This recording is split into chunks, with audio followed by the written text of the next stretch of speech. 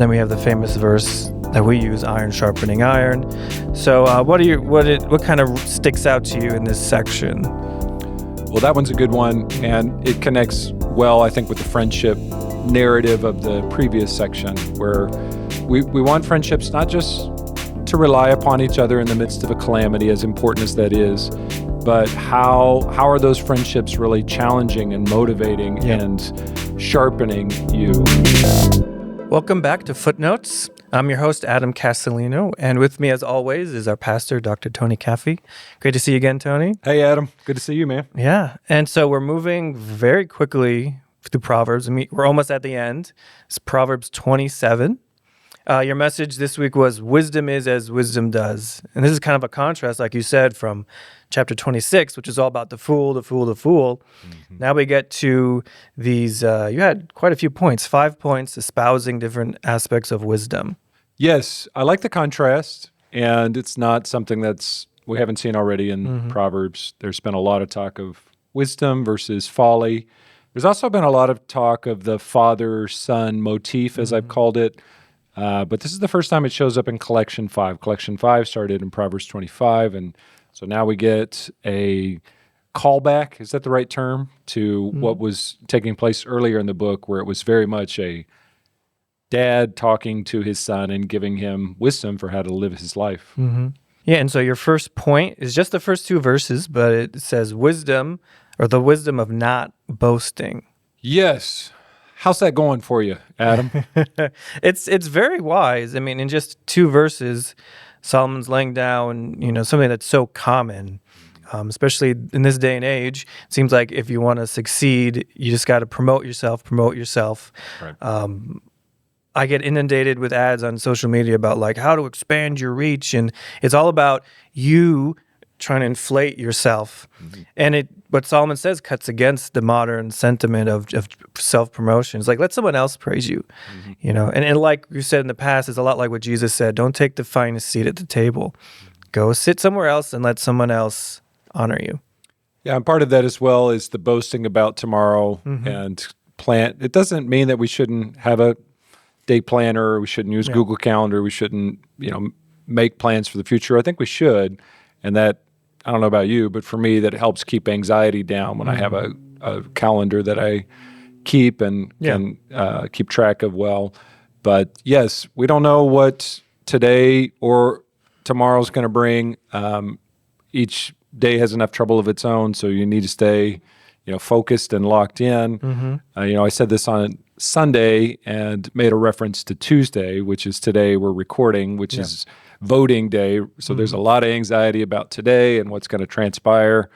What's going to happen tomorrow, Adam? I don't know. I'm going to trust the Lord today. I'm going to focus on the tasks in front of me and not pretend like I know what's going to happen tomorrow or boast and what's going to transpire. I think James is a really great parallel text for this. And just, it's not what James is encouraging us to do is basically to defer to God's sovereignty in all that we do. So don't brag about I'm going here or there. If the Lord wills, we will do such and such, such and such. The Latin for that historically was Deo volente. And you would add that to whatever statement you would make. Deo volente. If God wills, I'll do such and such. And it's a good way to kind of keep us humbly, submitted to God's sovereignty in the midst of a world which we can't control. Yeah, absolutely. I think and you don't even need to be all that wise to get the wisdom of that, because none of us control tomorrow. And people who think like, if I, plan carefully, I could get everything I want, but nobody can do that.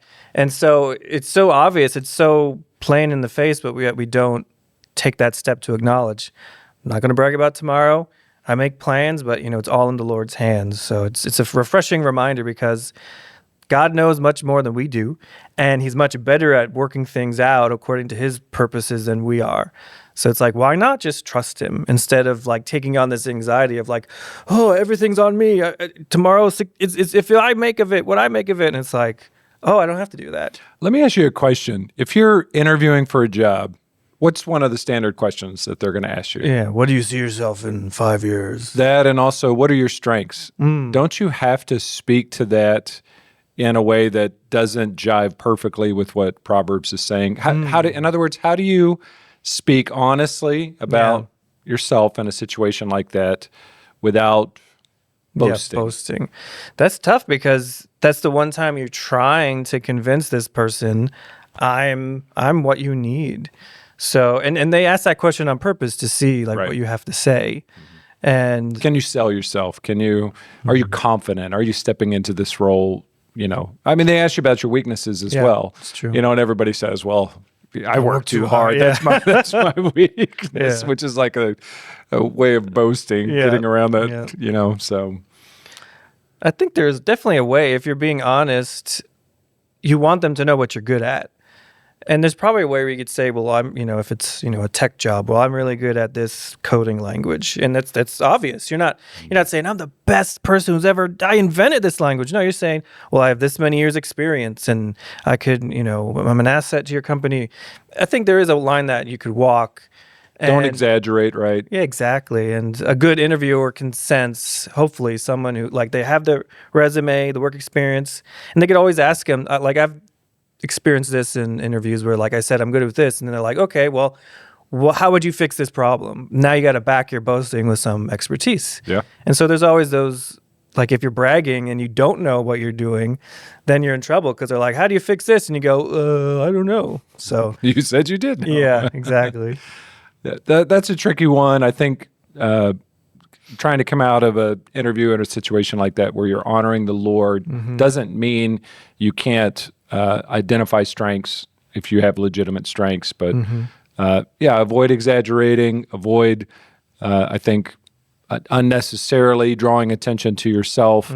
If there's ways that you can communicate your willingness to work hard, to be teachable, to learn new things, I think actually employers are looking for that. They're not looking necessarily always to hire the know-it-all, the person who thinks they know it all. They want teachable people, especially, I would say, in entry-level jobs especially.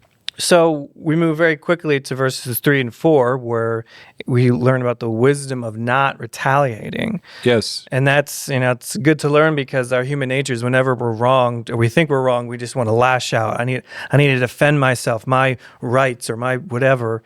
And Solomon's warning, don't do that.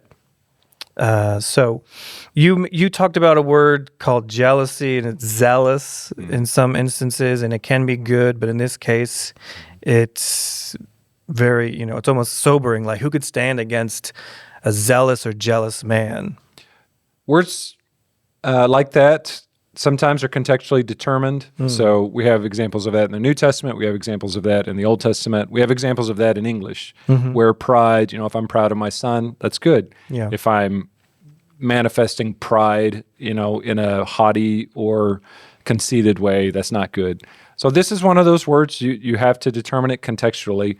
And in this particular context, the nature of it is jealousy is a rage-induced envy, spite, anger towards another person. And I mean, it's negative. The same word is used earlier in Proverbs to refer to the jealousy that rots a person's bones. So this is a negative, not just for the people that you are jealous towards and maybe lash out at, but it also is eating you up on the inside. Yeah. So this is a serious thing. Yes, there's a way to capture that passion inside of you, human passion for something positive. I gave the example of Phinehas, the priest, who was zealous for the Lord, and that was something that he was actually, affirmed by the Lord. So, I mean, that's the nature of it. You have that passion. You have something inside of you that rises up. You can use that for positive purposes in ways that honor the Lord. You can use it for negative as well, and that's what the warning is here. Yeah, and again, that, like so many other times in Proverbs, that requires, discerning when is it sinful, when is it appropriate, and again, he's giving us the wisdom, but knows we need the Lord's leading and depending on Him to suss those things out. So as we move on, point 2, you said the wisdom of good friendships, and the first verse 5. I never really thought about it the way you explained it. So it was helpful, the context you explained, that, it's kind of a contrast, like an open public rebuke, which you described as someone going out and just kind of slandering someone, is meant to contrast hidden love. So the point is, don't hide your love, because hiding love is worse than someone coming out and just criticizing you. Yeah, let me geek out for just a moment. This is one of the rare instances in Proverbs where there's actually one line for a verse versus it's called a monostitch versus a two parallel lines, which is typical. Yeah. But yes, the idea here is that hidden love is worse than publicly rebuking somebody. Publicly rebuking somebody is bad enough. Obviously, we're called to privately rebuke somebody, and that's a good thing. Yeah. But this is not necessarily a good thing. But what's worse than that is the idea that you love somebody, that you care about somebody, and you hide it, or you withhold it, or you inevitably, or as my mind was dwelling on this, I immediately went to parenting and the nature of dads who withhold affection or verbal affirmation of their children. Like that's not healthy for children. It's kind of in an old world ethos. You would, I don't need to tell my kids that I love them. They know I love them. I go to work every day and provide for them. That's how I show them that I love them. Well, that's not healthy for them. And the best kinds of dads and the best kinds of parents are not hiding their love from their children. They're quite open about it. So, and maybe there's an extreme on the other side of that can get carried away. But I mean, that's what this is communicating in verse 5. Don't hide your love for other people, because that's harmful. And it occurs to me, this is one of the rare instances where he's talking to the introverts almost. Oh, so often he's like, so you were feeling this, huh, Anna? Yeah, well, it made me think, because, as you've said, there's so much in Proverbs where like, hold your tongue, hold your tongue, hold your tongue. And the extroverts are like, oh, but here is someone who should open their mouth and express their love and might not realize, I like in the case of children or in other contexts, like I need to express myself. These are times when I should open my mouth and let people know how I think about them or feel about them. So. Good. It's key in friendship. I think the section here is really on friendship as a whole. But if I can just make an analogy with marriage, no husband should tell his wife, I don't need to tell you I love you. I told you that, when we 20 years ago. made our vows, or even if it's kind of so habitual to a place that it's rote. It's like, okay, sweetheart, it's 6 a.m. in the morning. It's that time of the day. I want you to know I love you. Yeah. See you tomorrow at 6 a.m. Yeah. Like, I mean, that is so ridiculous.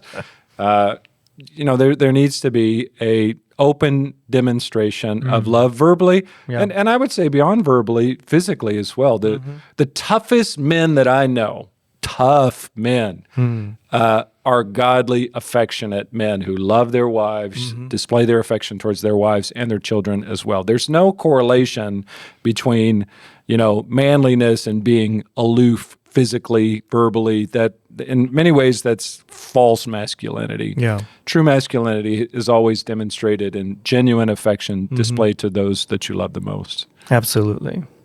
So, in keeping with that theme, Solomon kind of elaborates more in verse 6 that now, talking about love, open rebuke is harmful, hidden love is harmful, but if you do love someone, sometimes you have to, as he says, wound them, which is like that private rebuke, versus the kisses of an enemy.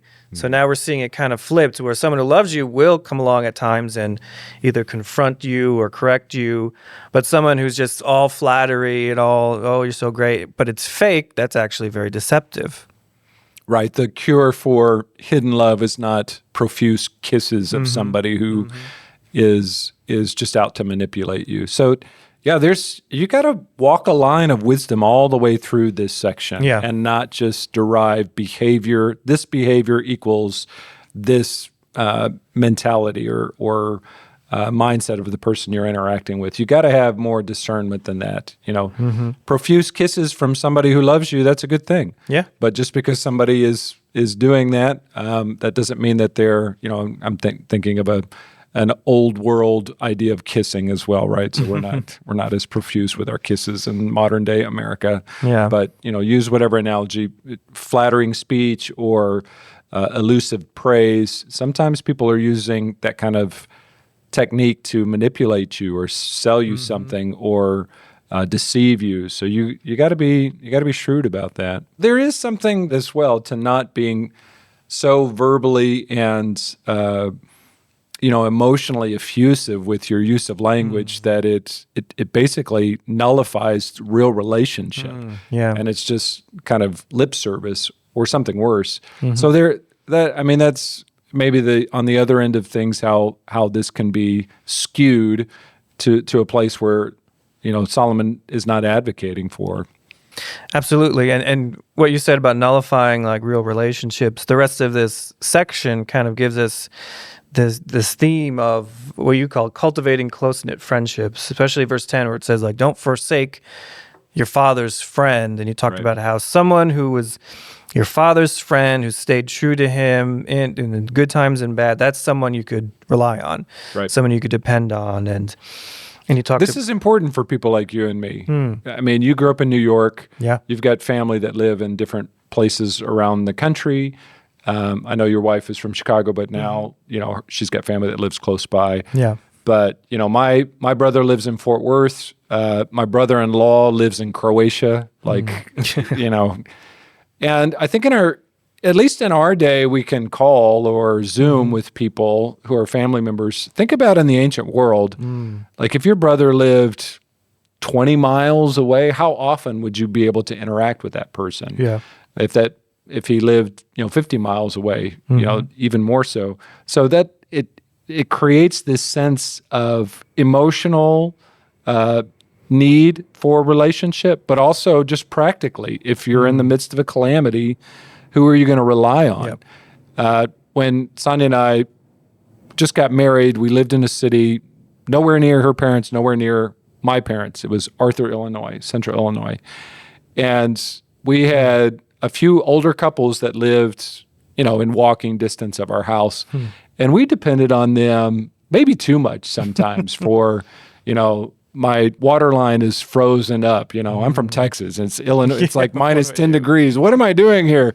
And they would come and they would help us. Or there was one time when Alistair drank, he kind of self-medicated with the little ibuprofen, but it was liquid form. It tasted it tasted sweet, So he's like, Daddy, I took some ibuprofen because I don't feel well. And I was like, ah! And Sonia and I were freaking out. And the lady that we relied upon was a nurse, and she just walked us through that. Yeah. How much did he take, and what's the danger to him? So having those kinds of relationships is really valuable close to you. Not that brothers aren't important, not that family's not important. It is important. Solomon emphasizes it elsewhere, but you got to have something more than that as well. Yeah, absolutely. And it's encouraging because, God has given us this thing, like you said, called the church. And the people of the world don't have that. And I've known people who kind of moved to places where they didn't have family or friends and they weren't plugged into a local church. And when they had difficulties arise in their life, unfortunately, they didn't have people to rely on close by. And so like some people who may scriptures say, don't forsake the assembling of the church because there's opportunity for you to give, but there are times when you need them. Yes. And a neighbor might not be reliable, your family might be far away, but the people of God are there for you. Yes. Amen to that. Yeah, absolutely. So moving on, the next section was the wisdom of prudent action. And this is kind of an interesting section. There's a couple of different things that pop up. It's almost random. Yeah. If there is a place where you would say there's just kind of a random group of maxims thrown together under the rubric of wisdom, this would be that section. And you mentioned briefly about, the use of money. You said money complicates relationships, and he's warning about that here. Then we have the famous verse that we use, iron sharpening iron. So what kind of sticks out to you in this section? Well, that one's a good one, and it connects well, I think, with the friendship narrative of the previous section, where we want friendships not just to rely upon each other in the midst of a calamity, as important as that is, but how are those friendships really challenging and motivating and sharpening you? And man to man, that's important. I need to emphasize as well, woman to woman, that's important in terms of women sharpening women. The New Testament talks about older women teaching the younger women, and so that's a valuable ethos within the church as well. So, yeah, I think I can just see the dad in Solomon, kind of giving these quick fire, nuggets to his son. Do this, don't do this, do this, don't do this. Make sure you get good friends in your life that can challenge you. Watch out for who you marry. That when you said it, there's a famous verse here. I wondered if you were going to go to the contentious, quarrelsome wife, but no, you went to verse 17. Yeah. But yeah, I mean, that's a part of it too. Marry well, marry somebody who doesn't, fight you for everything and is argumentative. And I think implicit in that is don't be that kind of husband, even as you marry a wife who's not going to be that as well. So, and just good choice pieces of wisdom for a young man to inculcate that'll bless his life. Yeah. Verse 22 is pretty sobering, especially the way you described it. Well, you literally brought up a mortar and pestle, and it's almost kind of scary because, you could crush a fool. You could, just nail him, but it still won't get rid of his folly.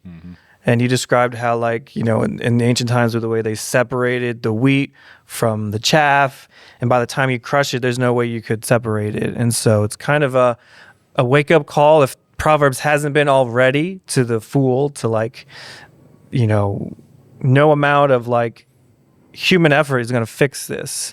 And it nuances the other proverb that we looked at, where you can take a rod to a fool, that's what they deserve in terms of punishment. But there are some things that you can't, sorry to say this is Solomon's language, you can't beat out of a fool. You can't grind out of a fool. And so there needs to be heart change. And ultimately, we believe in the sovereignty of God, Adam. That's something you've got to offer up to the Lord is, Lord, I can't change a person's heart. You've got to do this. Yep. And I think that's right. And that ties right into the way in which we preach the gospel and share Christ with people in the New Testament. Yeah, absolutely. Have you ever used a mortar on a pestle as you've been cooking? No, we don't have one. I've seen recipes where get out your mortar and pestle. I'm like, I don't have one. But yeah, it's popular these days for old-fashioned cooking, fresh spices, and some people have them. Like I said, the cookbooks are make sure you have this. So someone in my small group had it, and then he brought it on Sunday so I could use it. Nice. And I was like, "You're awesome, man! You are a culinary artist using these things for your cooking." Yeah. So the last section, verses 23 through 27, the wisdom of sound stewardship, and this is talking about not just money, but and this is kind of one whole thought. He's talking about managing your resources. Take care of your stuff. Exactly, and because there will be a time when you're going to need it, and if you squander, it's very wisdom. It's kind of like this ancient wisdom, was it the ant and the grasshopper story or whatever? This idea of when you manage it, God blesses us, but He blesses us to make use of it so you don't squander. What good is it to God to give you a good job or possessions for you to just let Him rot? Yeah, so super practical, almost, I'm going to use this word, I don't want to confuse people, but it's almost worldly in the way that it provides advice. And I don't mean worldly like sinful, but how do you operate in the world in a way that makes the most of the resources you've been given? And in that way, it's helpful and it's practical. And I think it's countercultural in a way too, because we as Americans especially can be very much users and consumers.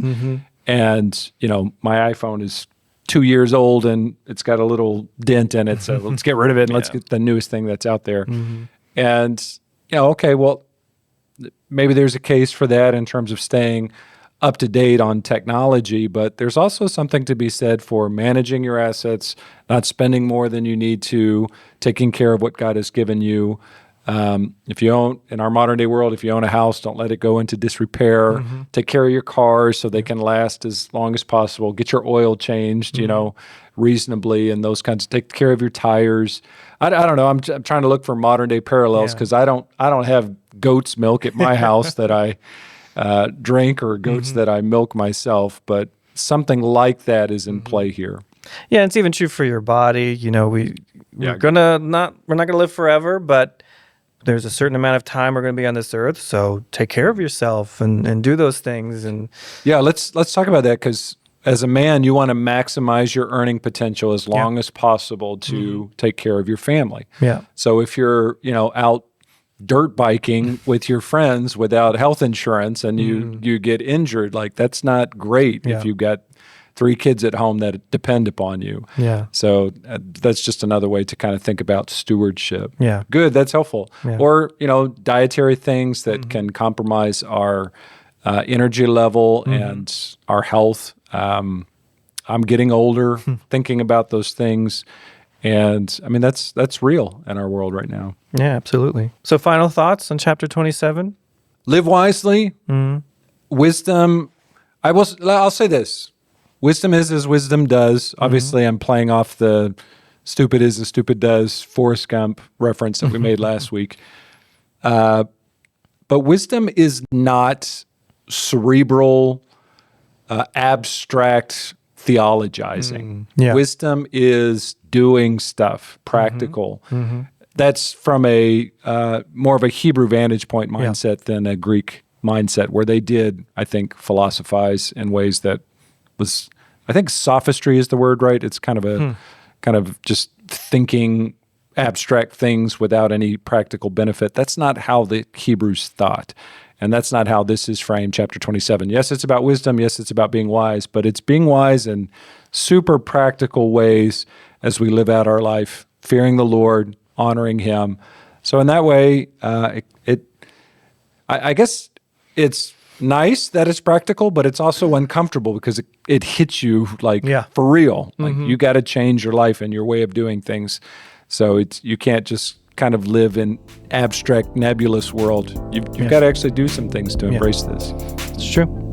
Well, thank you once again for being with us, and thank you for watching. Be sure to check out our channel where we have all our episodes as well as the sermon that went with it. See you next time.